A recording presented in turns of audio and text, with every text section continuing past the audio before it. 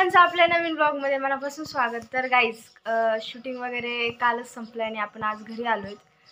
तर खूप सगळ्यांना मी मिस करते आणि खरंच म्हणजे आता इथून पुढे परत आमचं भेटणं होतंय की नाही होतंय माहीत नाही, पण खरंच एक खूप छान मेमरीज झाल्या, खूप मजा आली, खूप मस्ती केली। पण हां, आयुष्यभर त्यांची आठवण येत राहणार आहे एवढं फिक्स आहे। तर आता मला जायचं आहे हबीबला। तर कोणीतरी येत आहे, त्यांच्यासाठी जायचं आहे, तसं माहीत नाही कोण येत आहे। तर मी आंघोळ वगैरे नाही केली, तसेच कपडे टाकलेत कालचेच आणि आता चालली आहे मी, कारण काल संध्याकाळी आंघोळ केली ती म्हणून आत्ता करूशी वाटत नाही। आता हबीबवरनं आल्यावरतीच करल। हॉस्पिटलमध्ये पण जायचं होतं पण नाही झालं। तर आता चला जाऊयात। गाडीवरती चाललो आहे त्याच्यामुळे खूप खुश आहे। खूप दिवसांनी मी गंध लावला आहे बघा, कारण त्या कॅरेक्टरमध्ये होते म्हणून मी काय म्हणतात त्याला गंध लावलाच नाही। पण जे गंध लावण्याचं सुख आहे ते खरंच खूप जगावेगळं आहे आणि आनंद होतोय मला की खूप दिवसांनी मी गंध लावला आहे।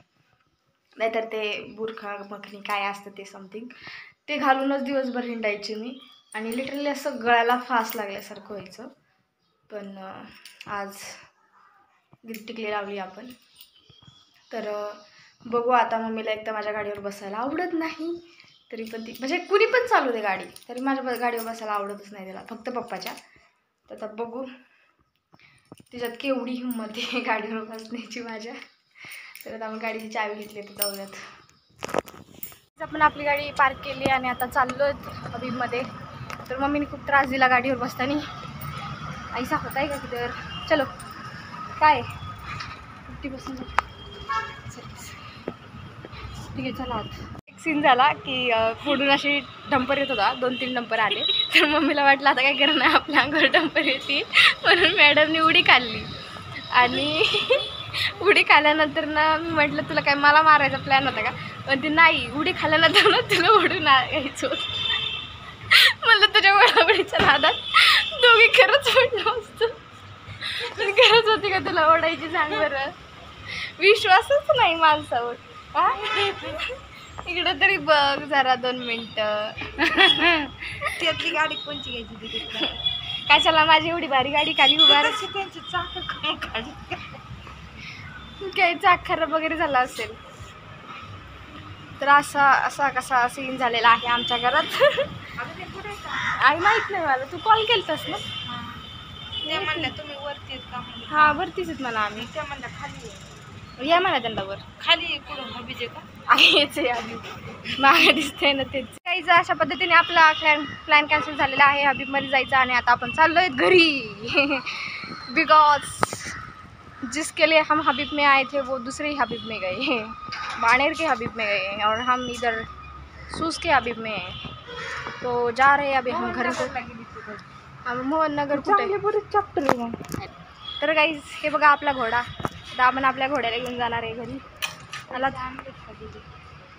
आणले जायचं आहे का तुला? इच्छा है का? नको ना मग चल।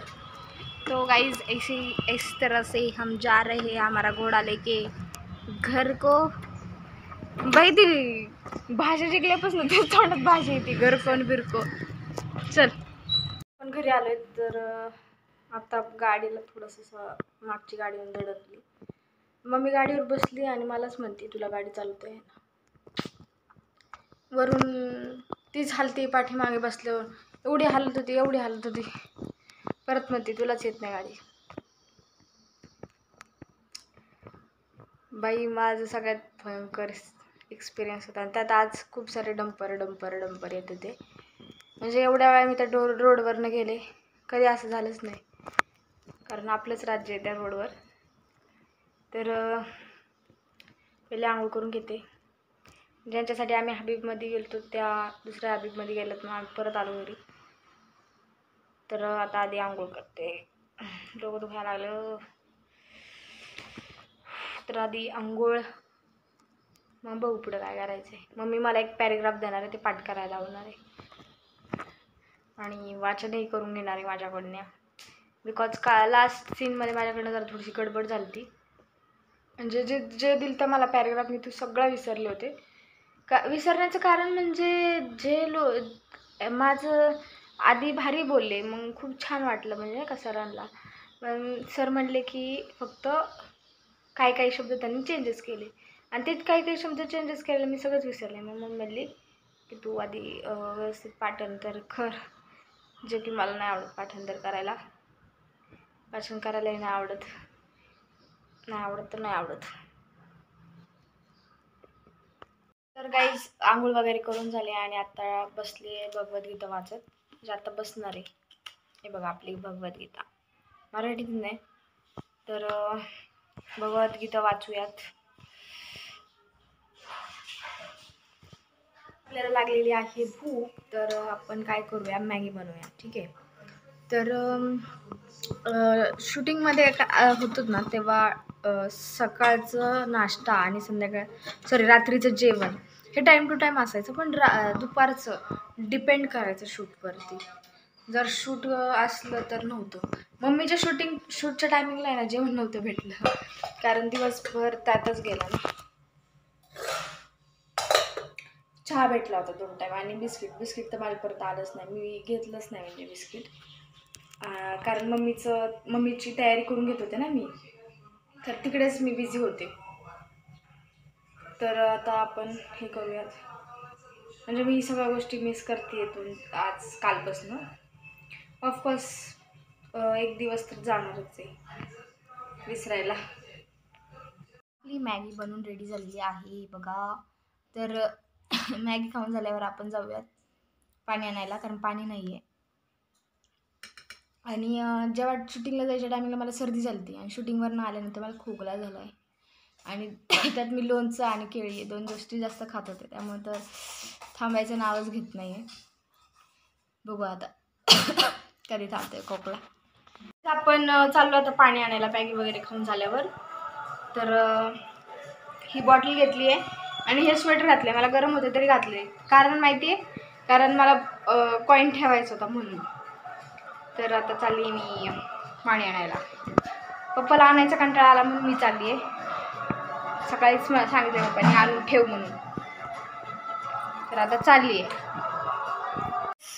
पाणी आणलं आणि बाहेर पाऊस सुरू झाला आहे आणि तुळापूरमध्ये आपली शूटिंग होती बरोबर. तर तिथे अजूनही शूटिंग कदाचित चालू असेल. उद्यापर्यंत 2 दिवस होणार होती, पण तिथं पाऊस नाही आला पाहिजे, कारण सगळं शूटिंग अजून परत पुढे ढकलन. कारण आता रक्षाबंधन पण आहे, त्यांनासुद्धा त्यांच्या घरी जायला लागेल ना आता सनवी म्हटल्यावर. पण प्लीज मी प्रे करेल देवाला की नको येऊन देऊ पाऊस तुळापूरमध्ये. बाकी सगळीकडे आला तरी चालेल, पण तुळापूरमध्ये नको आहे पाऊस, कारण शूट चालू आहे अजून पण आय थिंक सो. त्याच्यामुळे नको, तुळापूरमध्ये पाऊस अजिबात नको आहे. तर बघूया. तर गाईज मम्मीची चावी आहे, तर त्याला आपण हे किचन लावणार आहे. पप्पाला भेटलं आहे कशात तरी. तर आमच्या घरामध्ये खूप सारे किचन्स आहेत असेच पडून आहेत, पण ते मम्मीला लावायचे नाहीत. मम्मीला म्हटलं की लाव म्हणून, तर ती म्हणते की फुटतील वगैरे, कारण प्रत्येक किचनची एक अशी मेमरी जोडलेली. त्याच्यामुळे मम्मी म्हणली की नको आहे मला, तर आपण हेच लावूयात. तर मला पण म्हणत होती की गाडीला लाव, म्हणलं गाडीला आहे कशाला, गाडीच्या चावीला. आणि ह्याच्यापेक्षा बरंच आहे म्हणलं, काय कंपनीचं नाव वगैरे गेलं म्हणलं, हे तुलाच राहू दे म्हणलं, तुला आवडलंय तर. बाकी आपल्याकडे आहे.